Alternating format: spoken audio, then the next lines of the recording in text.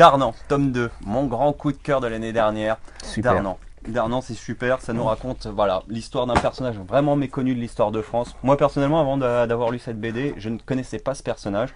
Et bah ça m'a appris quelque chose. C'est vrai. Bah ouais, vraiment, c'est ce que j'aime bien dire en général, c'est que bah, je dors moins bête après la lecture de cette BD. Et bah là, deuxième tome, Darnan beaucoup plus sous l'occupation, un Darnan encore plus sombre que dans le premier tome. Mais moi, ce que j'aime beaucoup avec ce personnage, c'est qu'il reste attachant. Malgré que ce soit un salaud total, la force de Perna, je trouve, dans cette BD, c'est vraiment d'avoir fait que ce personnage soit attachant et qu'on ait envie de le suivre.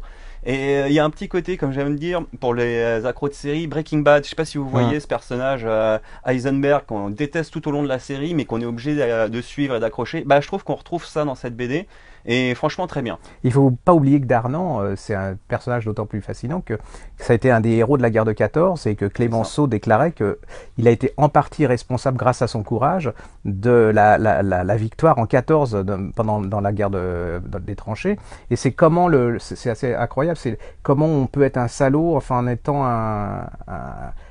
comme un héros, mais en plus c'est un salaud qui y croit, c'est ça qui est terrible, et ça va déboucher sur des horreurs, mais c'est vrai qu'il reste humain, et en plus le dessin est classique, on n'est pas dans le truc, super voilà, beau. super, voilà, ça s'appelle Darnan, c'est en 2 tomes, hein. Ça s'appelle le bourreau. En 3 tomes. En 3 tomes, oui, là il y en a que 2. Voilà, pour l'instant. Il me contredit, non, c'est hallucinant. Les éditions Rutz.